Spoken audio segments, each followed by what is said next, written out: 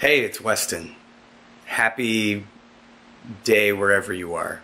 I gotta work on these intros. As you may or may not know, Netflix is about to put out Neon Genesis Evangelion, which is about 20 years old. It's an anime series. It's a big, actually a very popular franchise in the mecha genre.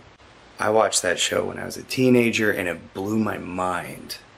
So I thought it'd be fun to go back to the show and review it now that lots of people have a chance to watch it for the first time or maybe watch it for the first time in many years. The thing that I admire the most about Evangelion now is how sophisticated the filmmaking is. There's some really incredible storytelling that happens in that show. And it's a testament to the animators, to the filmmakers, that they're able to deliver this incredibly complex story in a half-hour show.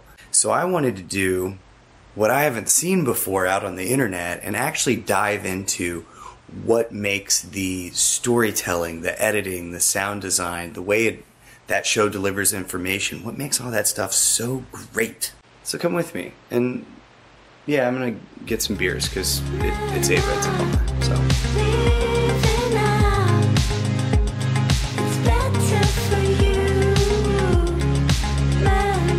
Alright, I'm just going to start at the beginning, watching the show. So the first thing I want to comment on with Ava in regards to what it's good at as a storytelling show is it tends to spend most of its time talking about the characters and hinting at the world. So Ava is widely beloved for its ultra complicated apocalyptic fiction, right? It's really complicated. But the first thing you see in the show is a lot of visuals that hint at what's going on. You know, it gives you the year, but then you see the submerged city skyline, you see the hundreds of tanks lined up on these, you know, on these freeways to show that, like, okay, they're getting ready and something is really off and weird. It's really cool stuff because had the show started with just this absurd, ultra-complex title crawl, I don't think it would have been as effective. This is like really fun genre fiction stuff, because in genre fiction, especially science fiction, especially fantasy, you have these big, intricate worlds that you build. And those big, intricate worlds have to get explained to the audience. And you don't have enough time to really go in depth like you could if you were just reading, you know, the Washington Post, the Wall Street Journal every day for, you know, 5 years or something. So the show does this really fun thing where every time they have somebody throw out a simple technical term, the words they use are very emotional. It's like, oh, the pilot's in trouble because of X.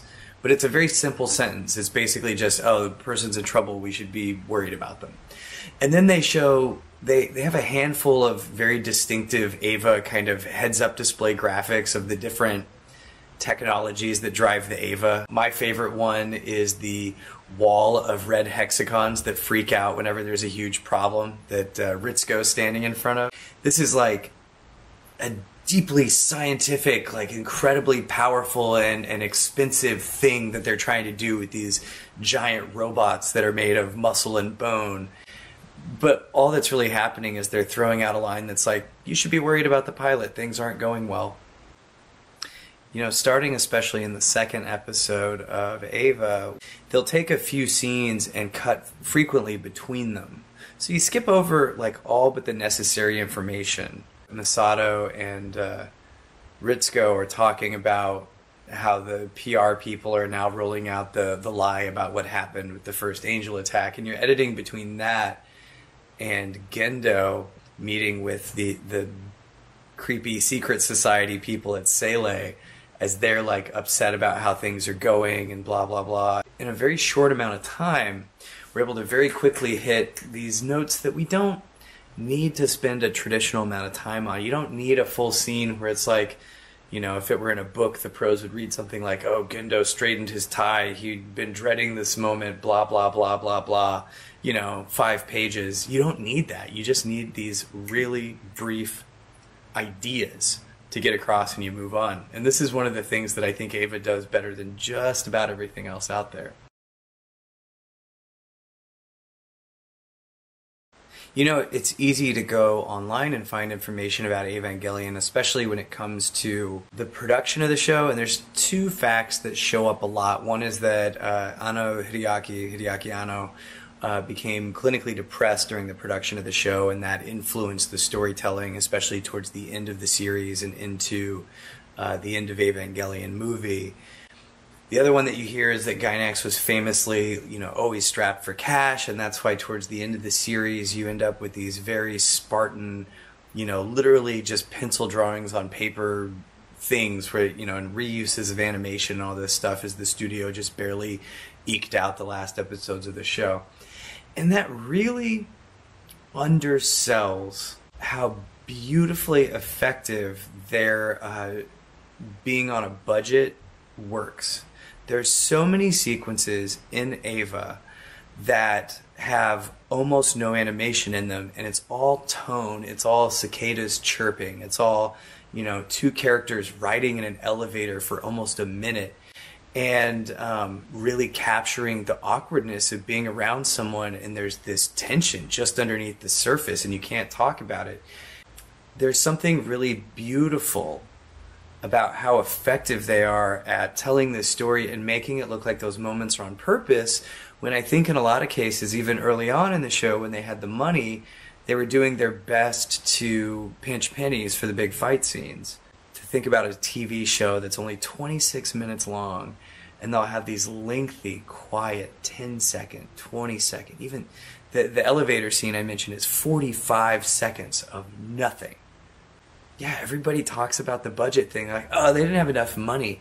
But nobody talks about how incredible those moments are, especially that elevator scene. People that don't like that elevator scene have never ridden in an elevator in an uncomfortable silence with someone they got beef with. TV in general, not to mention animation, never goes there. They never have the guts to be quiet. And I think the show deserves way more credit for that than it ever gets. And I think that that's maybe the single most important lesson to be learned from Eva that I would like to see used more today, is just like the confidence to do no words. Bum, bum, bum, bum, bum, bum, bum. When I first watched Eva, I was a teenager, of course. As an adult who's had some jobs, Misato in particular, her addiction to fast food and beer feels pretty honest. I mean, she's got basically a pseudo-military job with incredible hours. So she is like the epitome of the overworked professional. So to have her like come home and just instant ramen everything, if it's, one of the things that I love setting out to do in storytelling is to build towards great moments of shock and horror and excitement. Building up to these dramatic surprises, especially in action scenes, is one of the things that I've dedicated my work to as a writer.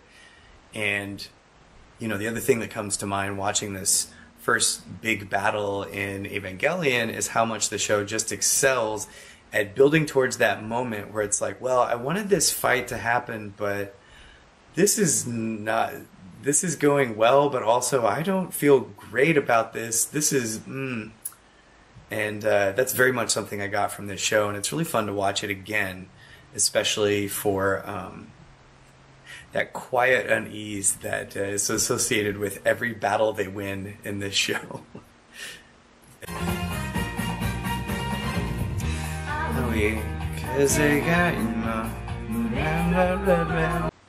By the time you get around to the third episode, the show's done this a few times, but the title card for the third episode is a pretty clear example of one of the many times Evangelion uses what's called a waterfall as an edit. A waterfall edit is when you edit from one scene to another or one shot to another where there's a loud noise and then it's silent, or there's silence and then a loud noise. And if you've watched Eva all the way through, and you should be if you're watching this video, because I'm just going to spoil stuff all over the place, If you've watched it before, you know that all the show's title cards are dead silent.